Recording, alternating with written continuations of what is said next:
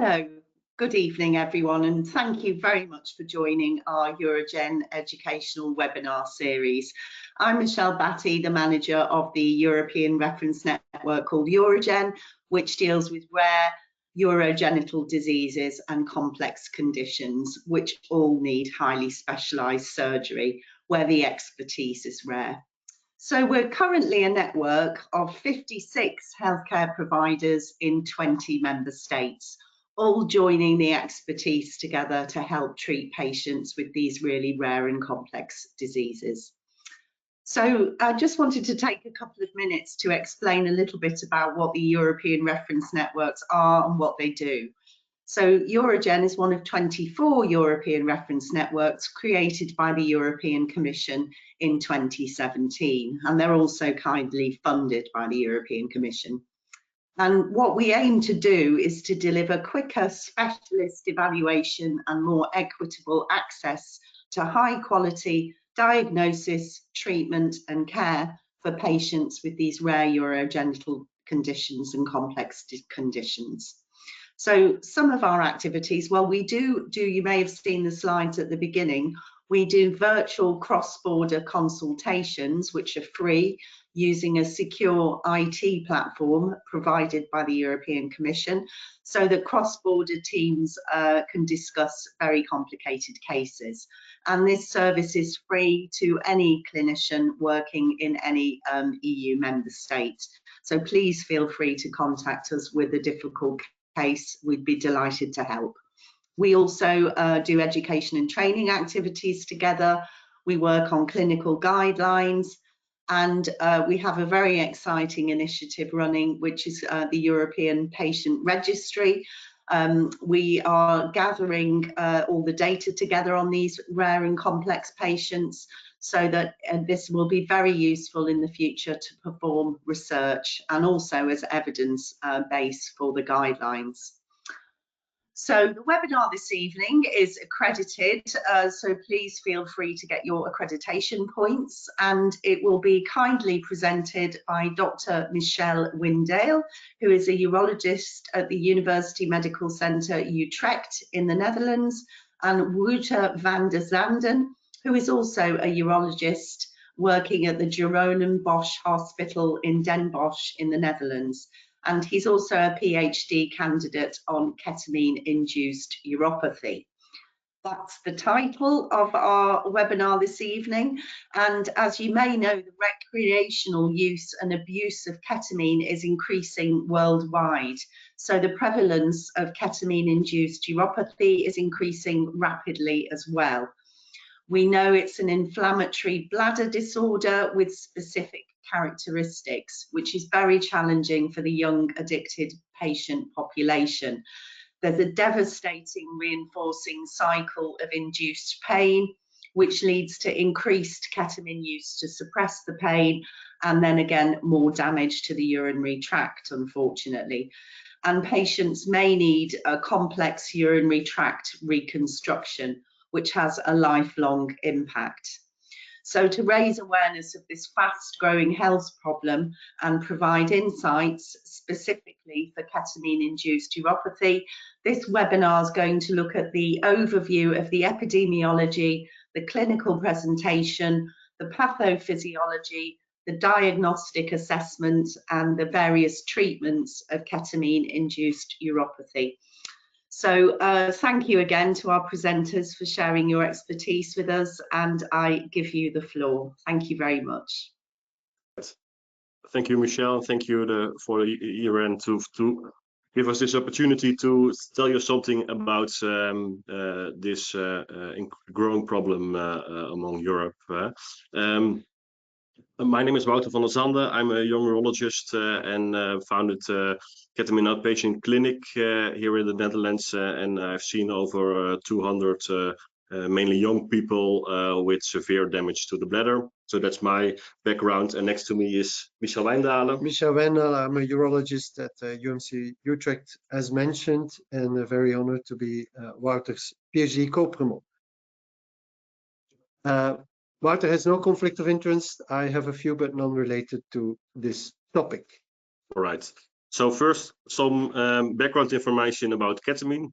Ketamine is an NMDA receptor antagonist which works in the central nervous system and in the peripheral nervous system, and it's discovered in the late 60s as an anesthetic agent, which causes anesthesia, a loss of consciousness, amnesia, and immobility. It is really a short half-time and little side effects. So anesthesiologists really like to use it in their work field because it doesn't affect cardiac output, it doesn't cause respiratory distress, and it doesn't have any effect of gut motility, all compared to opioids. So that's why it's a really useful anesthetic agent. First used on large scale in the Vietnam War, then it transferred to general anesthetic use, but in the late 90s, beginning of this millennium, it appeared in the party scene as a recreative drug. So why should you use recreative ketamine? It's, as said, it's an upcoming drug. Late 90s, beginning of this millennium. First occurred in East Asia and the US, and afterwards it transferred to Europe. Recreative drug users use it because of its hallucinogenic and dissociative effects it has. As said before, it has little short-term side effects, so you don't get a ketamine overdose or something like that. You don't die from ketamine straight on. So that's why it has a really safe image among users. People say to me, the doctor uses it as well, so why shouldn't I use it? So that's why this all contributes to the safe image. It's also very cheap. It's a very cheap and very accessible drug in the Netherlands and the rest of Europe. So I guess so that's why we see a increasing use of ketamine. There is some limited data about the drug use of ketamine in Europe. So when we look at the drug monitoring agents in Europe, we see a prevalence about between 0.8 to 5% in the group of young adults. When we look at prevalence among drug users, it's about 13% of the drug users in Europe use ketamine. So it's really it's not the most popular drug, of course, but it's also not it's also a drug that is transferring from very limited use to the more mainstream drug.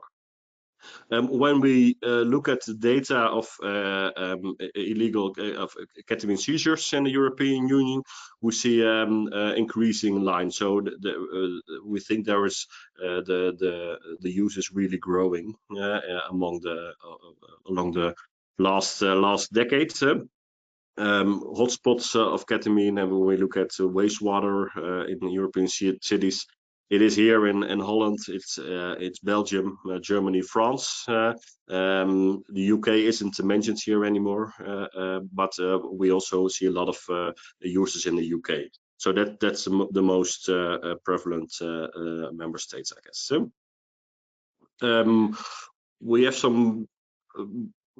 some pretty good data about the Dutch situation. So in our national drug monitoring systems, we find a 1% prevalence in the whole adult population. So 1% of the adults in Holland used recreative ketamine in the last year. When you look at the young adult group, it's about 5%, and when you ask festival visitors, it's 22% use ketamine used ketamine in the last year. Predominantly used in males, and when we, as mentioned before, when we look at the data from 2020 compared to 2015, we see a large increase in ketamine use, especially in the young group, so the group between 20 and 30 years old. Not every user is a problematic drug user, so we have some data on this as well. About 9% of the last year users in Holland is a problematic user. And we think on more earlier epidemiological studies, about 25% of them suffer from some kind of urinary symptoms. So when we do a quick calculation in the Netherlands, there probably are several thousand young people suffering from this problem. So there are three main symptoms in these patients. They have severe pelvic pain, pain during urinating, pain after urinating, before, constant pain. I see everything. They all have a lot of pelvic pain. They have an overactive bladder with frequency, urgency, sometimes incontinence next to it, and a lot of them experience gross hematuria.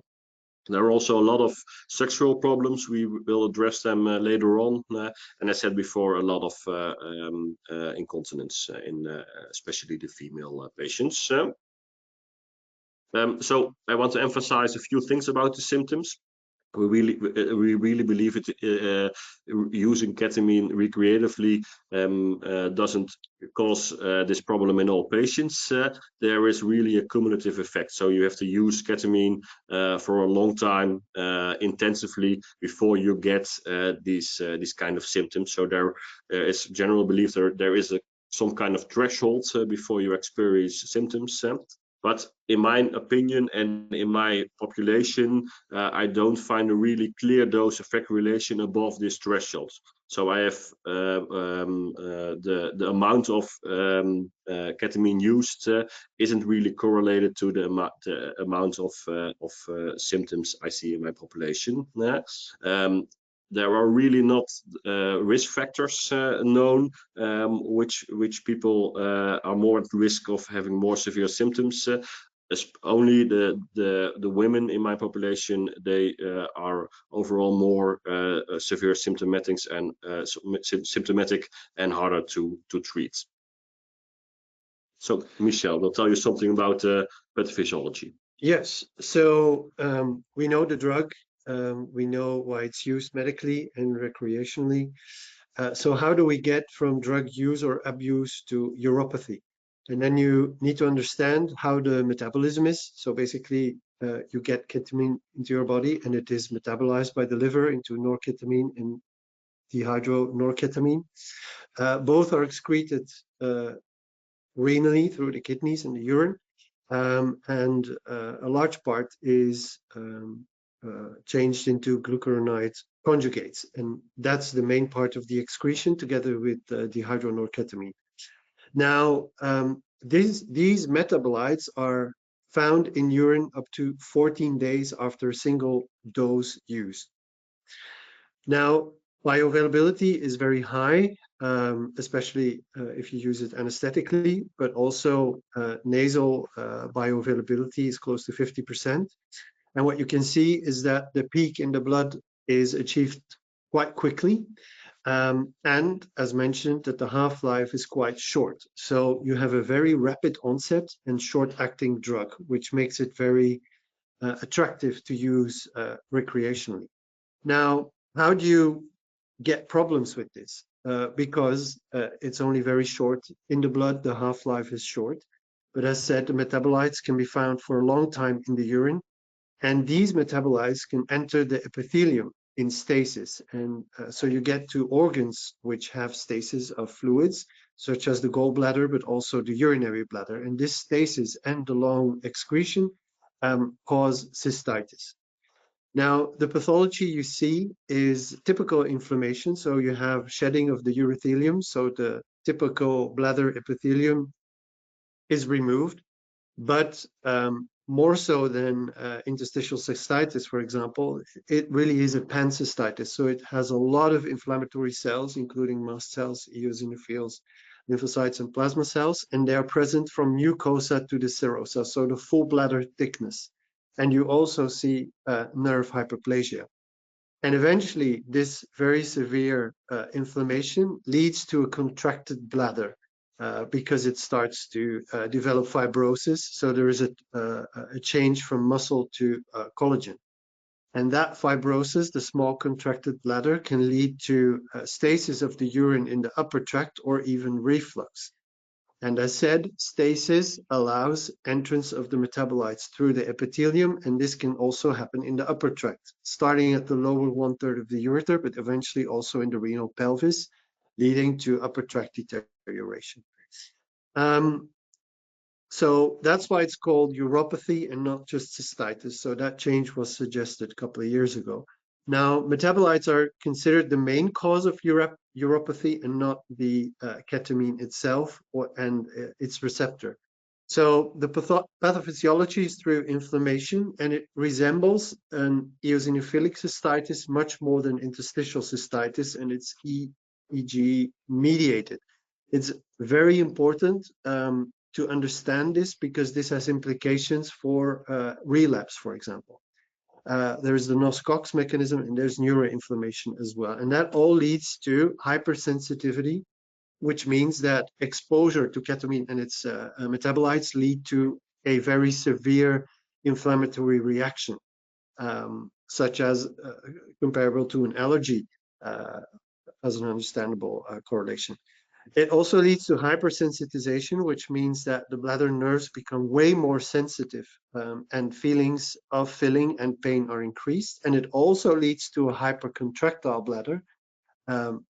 So the truths are overactivity, and very typically this is non-cholinergic. Eventually, as said, you have a contracted bladder wall with a very thick wall. Also, this is very typical and different from interstitial cystitis. This includes adhesions to the peritoneum and the surrounding organs. So it's a massive inflammation, and you get this epithelial to mesenchymal transition, meaning you get much more collagen in the epithelium, but also in the muscles in between hypertrophy. So there's a couple of different mechanisms. So there is a very small part which is direct toxic damage of metabolite hydroquinone, but also microvascular injury, because vessel epithelium also has NMDA receptors, and binding can lead to ischemia. Ischemia can lead to inflammation and fibrosis. As mentioned, the bladder barrier is disrupted, so the urothelium is shedded, but also the gag layer, so the glucosamine glycane layer, which is a protective layer in the bladder, is impaired. And there is a decrease in epithelial junctional complexes, such as E-cadherin and zonula occludens, which means that there is urothelial regeneration, but it's incomplete, and the differentiation of the cell is not until into a full urothelial cell. As you can see in the study, so the zonula occludens is decreased, and this is in relation to the dose of the ketamine. And as you can see, even in comparison to IC-BPS, the E-cadherin is even much lower, and there is much less urothelial in ketamine cystitis. So all of this leads to a leaky urothelium. That means that all the bladder contents, the urine and the proteases and the potassium, can actually enter the bladder wall into the submucosa, muscles, and beyond, and that leads to inflammation. A third effect is an increase in cell apoptosis through different mechanisms, and more recently, one of them was the activation of ketamine led to an ATP release that activated the purinergic receptors, and that led to an intracellular calcium overload, and that triggers an apoptosis mechanism. So there have been studies on these calcium mechanisms.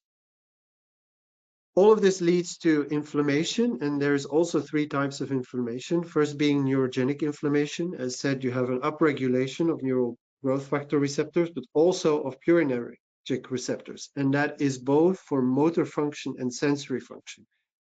As I said, the hypercontractility is not cholinergic driven, because there is no change in cholinergic or beta-3 receptors, but there is an increase in ATP, so purinergic receptors. And that leads to an increase in activity based on a purinergic mechanism, and also an increase in sensation based on a purinergic mechanism. Another inflammation is IgE-mediated inflammation and hypersensitivity. So there's a high increase in IgE in the serum, as shown in the graph on the right. So you can see an enormous increase, especially compared to interstitial cystitis and UTIs.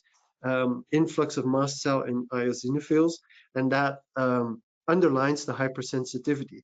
This means that a patient who has been exposed to ketamine and has developed some sort of reaction to it, even if they cease the ketamine, it will take a long time to recover, but a small new exposure will trigger this hypersensitivity. So you don't need much in a relapse to immediately develop very severe symptoms again.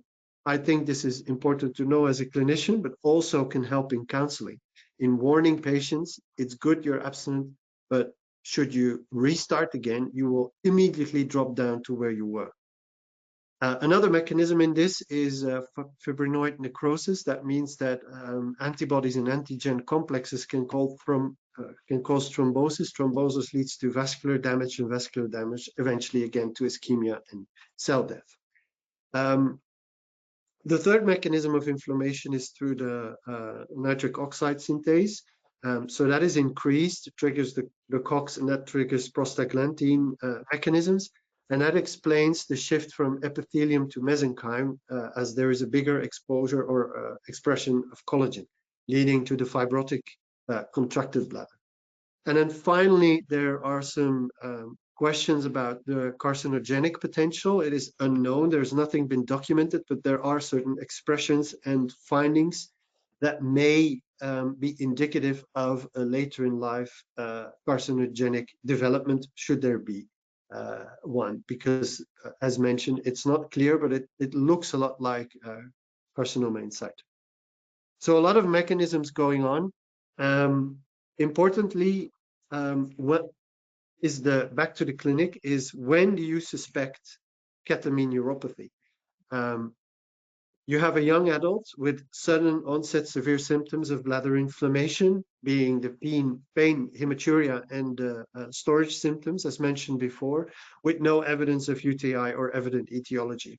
And then you should think about it, because they won't tell you. You have to actively ask and explore, and that may take some time to get it out of them.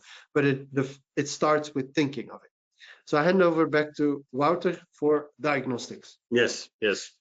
So when you expect a ketamine cystitis, when a patient tells you he uses a lot of ketamine and has these symptoms, you have to do some diagnostics, of course. Until today, there are no clear guidelines. There are several diagnostic and treatment protocols. We use this one as shown here. We presented it last year at ICS, and a very recent consensus of the British Association is published, which looks pretty similar. So what should we do when people tell us they use ketamine and have severe symptoms? In our clinic, we do of course, some basic diagnostic. We rule out a bacterial superinfection. We do some voiding diaries, of course, and some laboratory testing for kidney and renal function. And we do an ultrasound. Ultrasound is really important to rule out upper tract damage. So because about 10% of the people also have some kind of upper tract damage, and you have to treat them completely differently, of course. Most urologists, they do a cystoscopy right away, but in our clinic we don't do this, because for me the image is clear. People tell me they use ketamine a lot. They have a lot of symptoms. I know how their bladder looks like, and especially in the outpatient clinic, doing an cystoscopy, for me it isn't helpful. But when you do, you can find images like this. So you see a severe inflammation of the bladder wall with edema, erythema, and sometimes this kind of ulcerations mimicking Hunner's lesions, for example. And sometimes things can even go beyond that, and you see some kind of transmural necrosis and sometimes even fistula. So that's what the inside of the bladder looks like. You can do some urodynamic studies, sometimes hard in these patients, but when you do so, you find the drusen overactivity, a very poor bladder compliance, sometimes a low capacity, of course, and when you do video urodynamics, you sometimes see high pressure reflux in these patients. So that's why when we suspect upper tract damage, we also do video urodynamics in these patients to rule out this kind of pathology.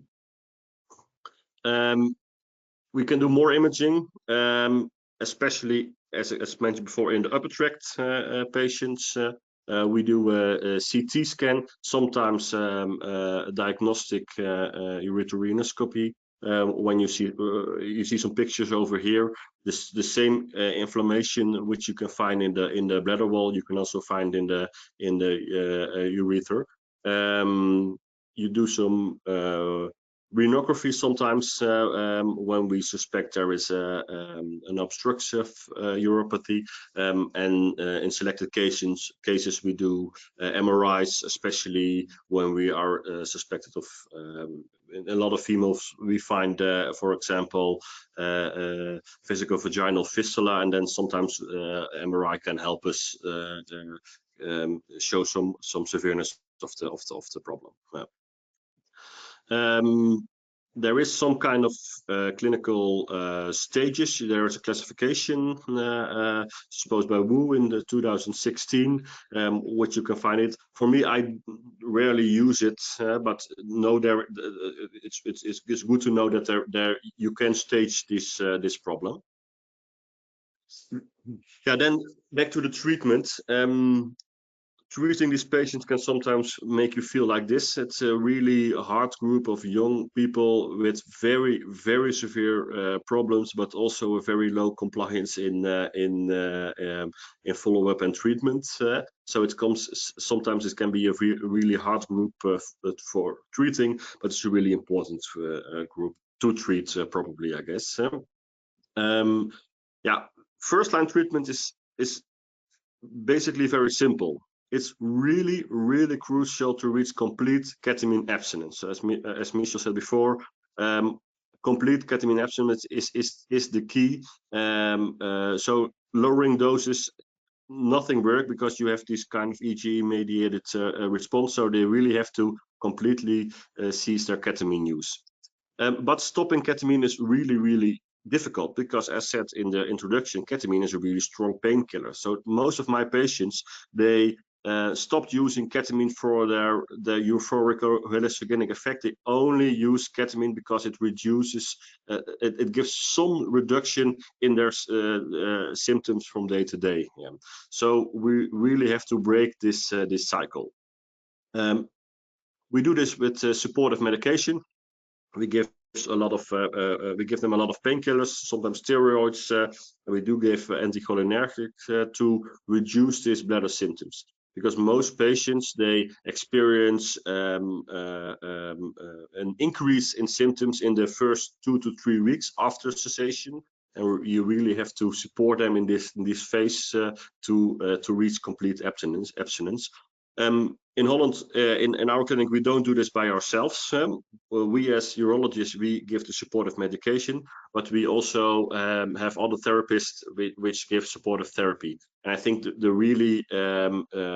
it's really important to work together with addiction specialists, social work, sometimes pelvic floor therapists, sometimes sexual therapists, because it's a treatment. We cannot do this alone as urologists, I think.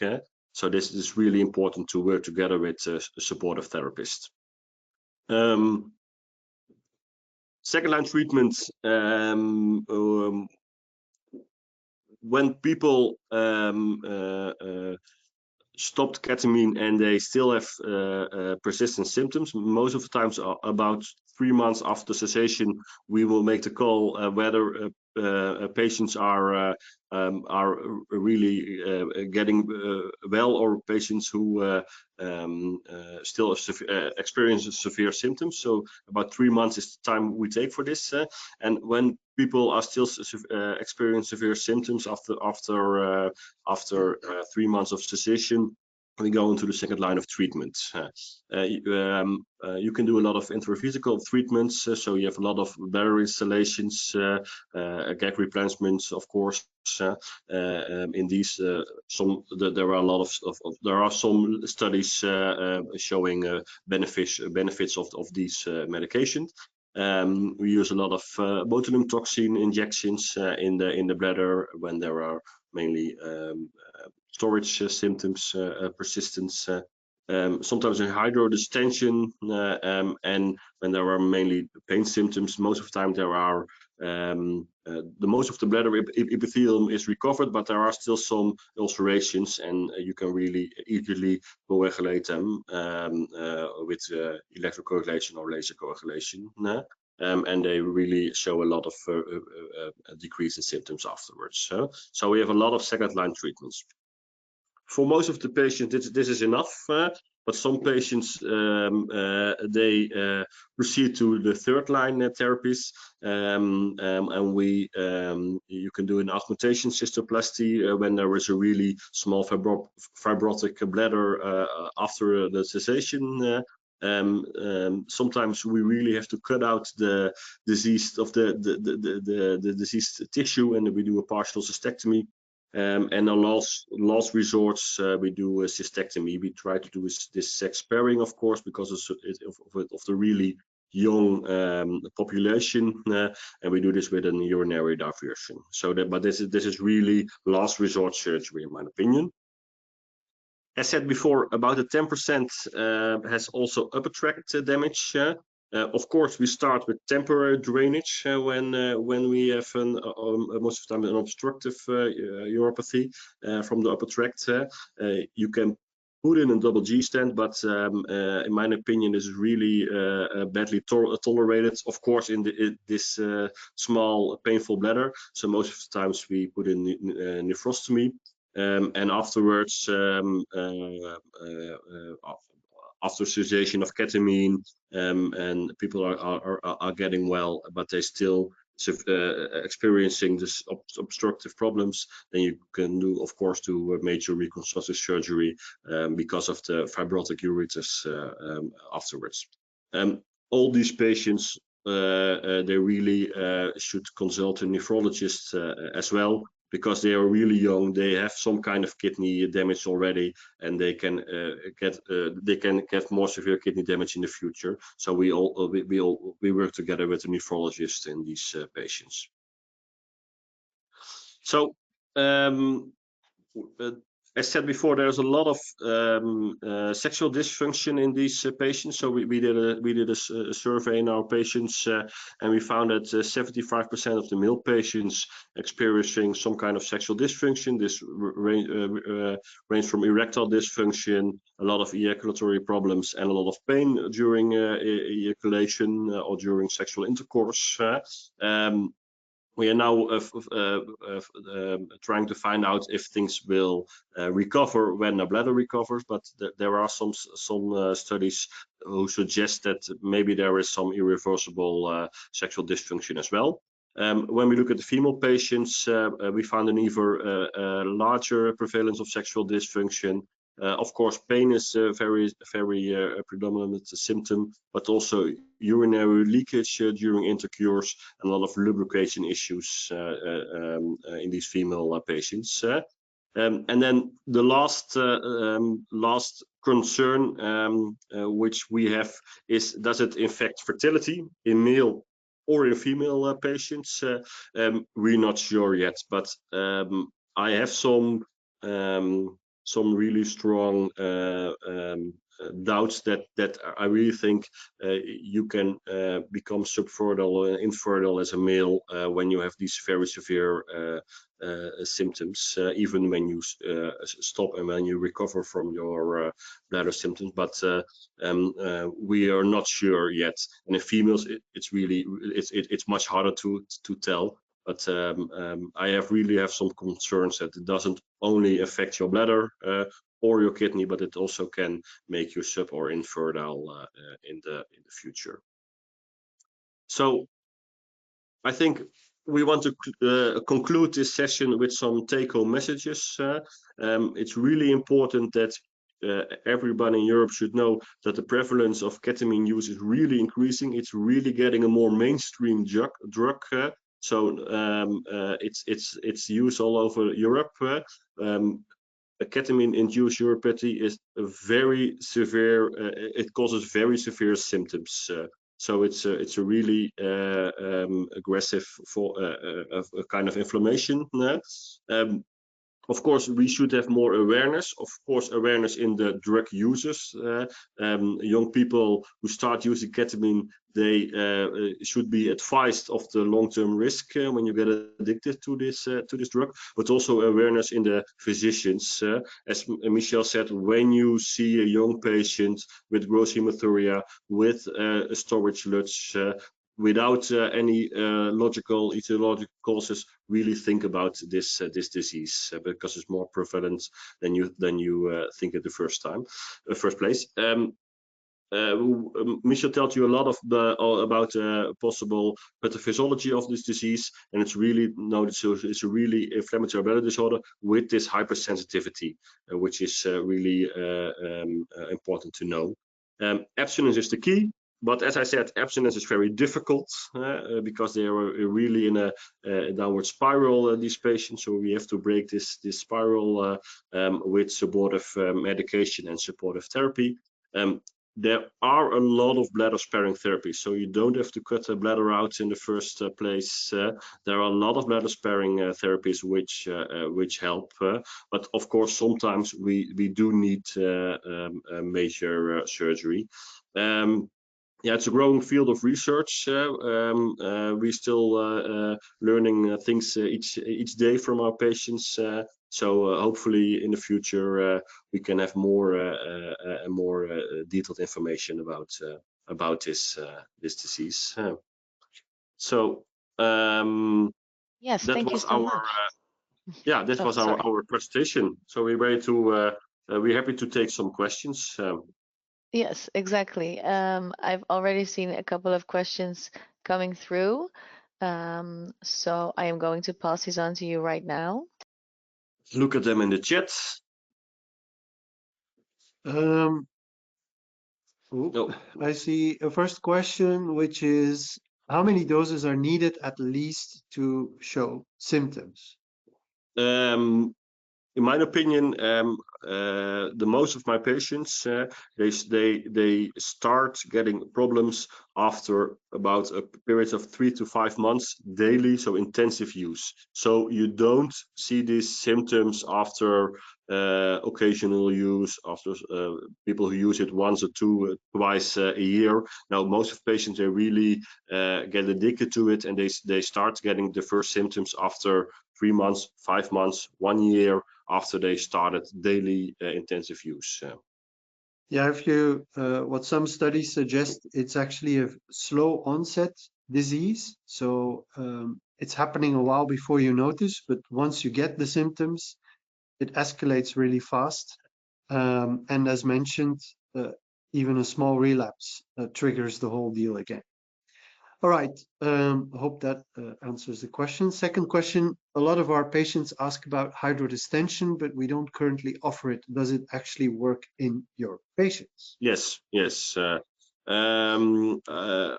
In a selective group of patients, you use it combined to Botox. I have to be honest in that, but we see a really a lasting increase in bladder capacity. Okay, then next question is, do you think symptoms will be better after a supratrigonal cystectomy with bladder augmentation instead of a regular cystoplasty, as you resect most of the destroyed bladder? Or is the trigonum the main source of symptoms? We make the decision of what to do mainly visually. So sometimes I have patients which have ongoing visual inflammation of the bladder wall, and then of course I really think you have to cut out all the inflammatory tissue. But we do bladder augmentation when we have patients with visual no signs of inflammation, but they but the result of the ongoing inflammation, they had a really small fibrotic low capacity bladder. I think these patients you can offer an augmentation because there is no more inflammation there. So if I look at symptoms, these people don't suffer from pain anymore, but they only suffer from urgency, of most of the time frequency. So a really low bladder capacity. I think these patients, it's really good to do a bladder augmentation. The other question is the trigonum the main source of symptoms? This differs. Sometimes I found the most active inflammatory tissue in the trigonum, sometimes in the dome. So it's I don't have any clear evidence that the trigonum is always a part of the inflammation. So I decide what to do visually in these cases. When I really think it's only a small portion of the dome which stays inflamed, then I do a partial cystectomy, sometimes with an augmentation on it. But when there is severe inflammation of the whole bladder, which isn't responding on any therapy, then I really think you should do a complete sex-sparing cystectomy because it isn't helpful to leave an inflamed trigonum in place, I guess. Yeah, and I think the thing to stress again is due to the hypersensitivity, even if you leave just a little bit of the bladder in place and they start using it again, then a lot of the symptoms will return. Obviously, you've dealt with the fibrosis and the small bladder capacity by augmenting or doing a supratrigonal replacement. But whatever is left in place is still hypersensitive. So an operation can never be without abstinence. No. So in my clinical decision making, people should be abstinent from ketamine for over a year and have some kind of social work involved. They started a new life over again. Then I would do major reconstructive surgery. In the phase in the acute phase, I only do temporary diversion, or in the really last resort, I do a total cystectomy. So I don't do any bladder augmentations or neobladders or pouches in the people who are still using actively or are just recently stopped. Then next question was, what schedule do you use for bladder installation? Is it the same as in BPS-IC? We don't know. There is no evidence on this subject, so I use comparable schemes compared to the IC BPS. Problem in Holland is that bladder installation isn't reimbursed by healthcare, so this is sometimes a problem when you want to use intensive bladder installation. But I try to put them on the same scheme as IC BPS. Then, why do you prescribe antimuscarinics while the detrusor overactivity is not cholinergic? The detrusor overactivity is just one part of the problem. First of all, it's not that the cholinergic receptors and beta-3 receptors have disappeared. They're still there.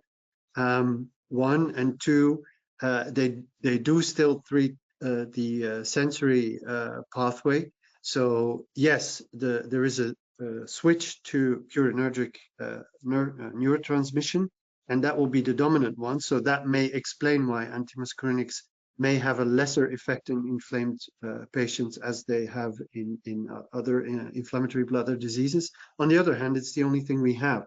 And even with experimental cholinergic antagonists, there's no clear evidence that they really solve or resolve or keep the symptoms in tone. So it's what we have, and we support.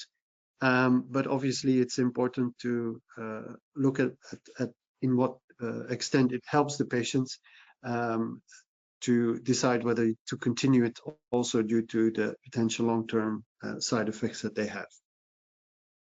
Next question: what are the main points to decide for incontinent diversion instead of a continent diversion in this young population? As I said, I choose an incontinent deviation when the patient is still an active user and is incapable of stopping, or when he's just recently stopped, because all the continent diversions, they really need some. You really have to have a compliant patient for this. So I start talking about them after 1 year of complete abstinence, because I really want to feel safe that they know how to use it. The alternative, which you could think about, is to create an Indiana pouch, which would solve the problem in the pelvis. And I think the aim or the intention should always be to be continent if the patient desires so. But we recently had a patient where this was quite challenging because the ureters were so damaged for such a huge length that it was hardly possible to connect it to a pouch without interposition. So you would have to be very creative. So those are things that you have to take into consideration, how you drain the upper tract and what is possible. And I think you agree with me that you really have to have a compliant patient, because he has to catheterize himself. So I don't use these things in active drug users. No. So they really have to be clean for a long time before using this kind of continent deviations. Then the next question, has platelet-rich plasma bladder injection been tried? I think there's one study that indeed tried this to see how this would aid in recovery from especially the urothelial or below inflammation. I don't use it, but there is one study, yes. It's experimental. Then does neuronal crosstalk with hypertonicity of pelvic floor also occur in ketamine bladder? I'm not really sure how to what do you mean with it? When you get a really hypertonic pelvic floor, but if this is your question, yes, you get it, because a lot of patients, they are really straining a lot during their active phase. They're really straining their they have a lot of other pelvic floor symptoms, so sometimes bowel prolapses, etc. So these patients, most of them all visit pelvic floor therapies for this.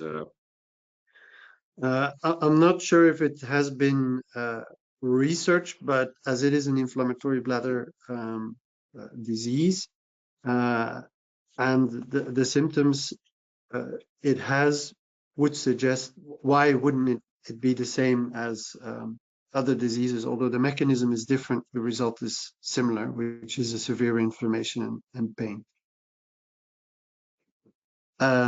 Then another question. Thanks for the interesting presentation. Is there a genetic predisposition for a more serious course of ketamine uropathy? There is some literature on it, but I'm not sure now. But I didn't find any genes who were suggested to get you more susceptible for this disease. But I'm not really sure about this, to be honest.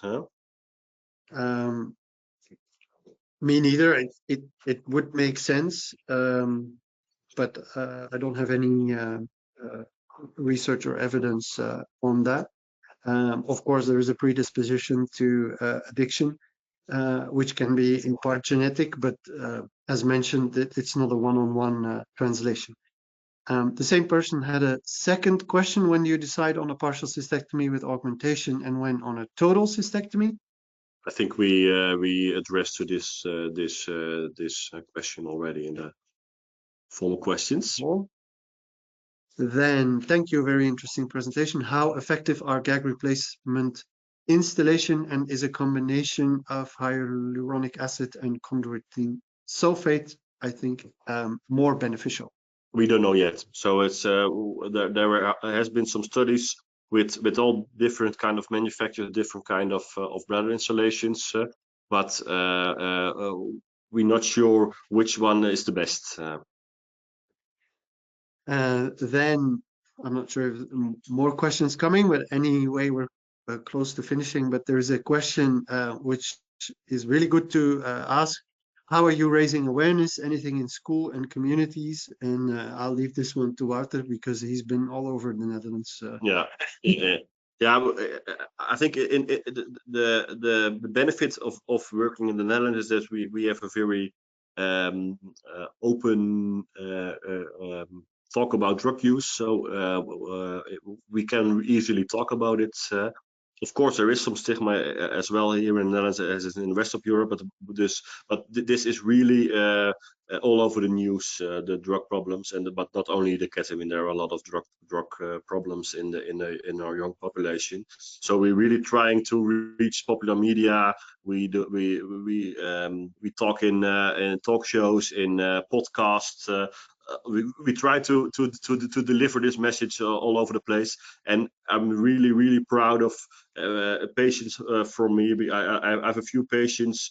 They really decided to tell the stories as well on social media. So we really try to create a lot of awareness of this problem in this way. Yeah. So not only me, but most of the time, mainly my patients.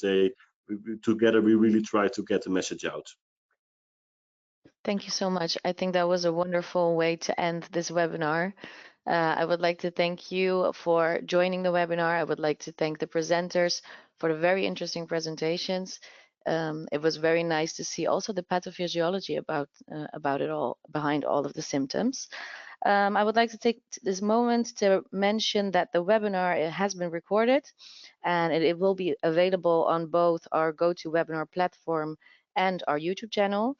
I will be editing it all and sending the links tomorrow to you too. And you can also subscribe to our YouTube channel. You can find all of our webinars over there on playlists.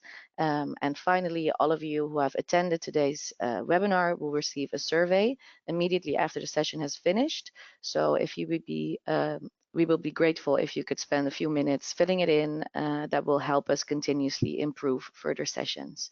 So thank you all for joining, and thank you so much for the presentation. It was very interesting. You're welcome. Thank you.